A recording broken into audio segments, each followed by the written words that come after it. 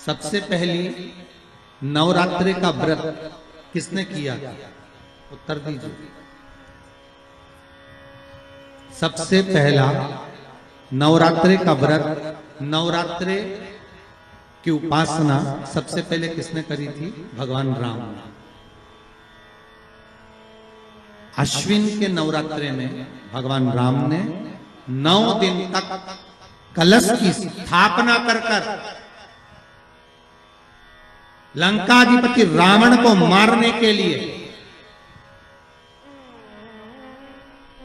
मां जगत जननी की आराधना की। भगवान राम ने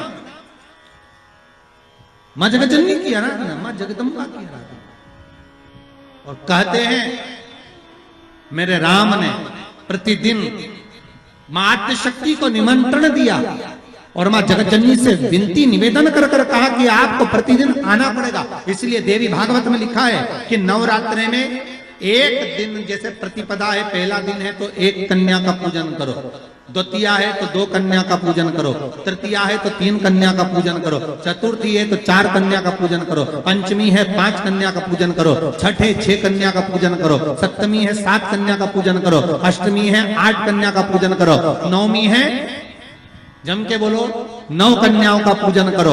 और अगर इस तरह से आप पूजन नहीं कर सकते नवरात्रि में तो 9 कन्याओं का पूजन एक साथ, या तो अष्टमी के दिन या नवमी के दिन कर दो, या मध्य में, बीच में भी आप कर सकते हो एक साथ।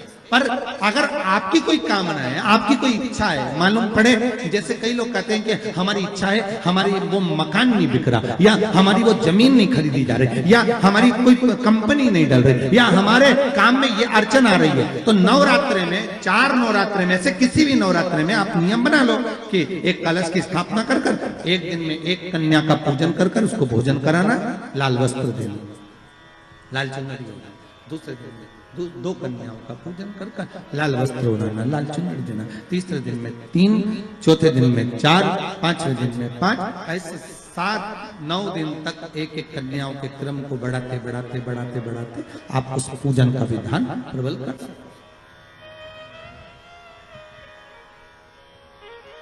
आज किसी का फोन था सुबह, तो कोई कह रहे थे कि हमें गुरुजी से बात कराओ, तो समीर जी ने बताया कि फोन आया था और वो बोल रहे थे कि हमें नवरात्रि में अगर मान लो कोई साधना करना हो तो कौन सी साधना करना चाहिए, हम किसकी आराधना करें, हम 9 दिन तक किसकी साधना करें। तो अगर बन सके तो देवी भागवत में सबसे सुंदर साधना यही है कि हम एक दिन में 1 कन्या के चरण धोकर पूजन कर उस कन्या को भोजन कराकर उसका स्मरण करें।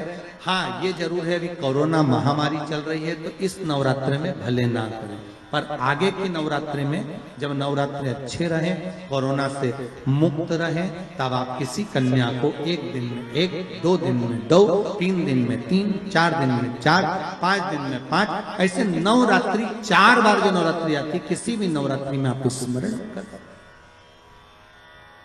उसका फल मिलेगा।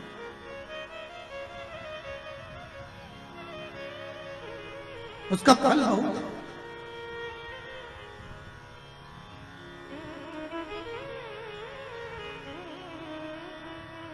जैसे बेलपत्री का किया गया दान छिन्न नहीं माना गया। किस चीज का दान? जम के बोलिए जरा। बेलपत्री। बेलपत्री का किया गया दान छिन्न दान नहीं है, समाप्ति नहीं होती। बेलपत्री अगर आपने कोई आपसे कहा जी तुम्हारे यहाँ बेलपत्री लगी है, जरा 8-10 दे दोगी क्या? बिल्कुल। और उससे कहो बेलपत्र तू मत तोड़, हम तोड़ कर देते, और अपने हाथ से बेलपत्र निकालकर उसको दो दान। ये छिन्न दान नहीं है, ये समाप्त नहीं होता। ये बेलपत्र का दान अविरल दान बढ़ता है।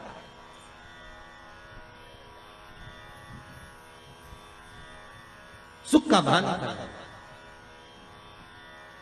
ये छिन्न होने वाला नहीं अभी।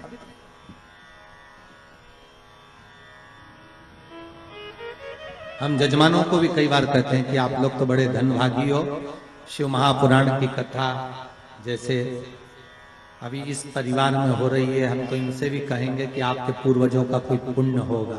साफ सारी पुराणे सारे शास्त्र 7 पीढ़ी को तार देते हैं। शिव महापुराण के लिए स्कंद पुराण में कहा ये 71 पीढ़ी को तार देती है। 71 पीढ़ी तर जाती है मात्र एक बार शिव शंकर की कथा का स्मरण करने पर, शिव महापुराण को श्रवण करने पर 71 पीढ़ी।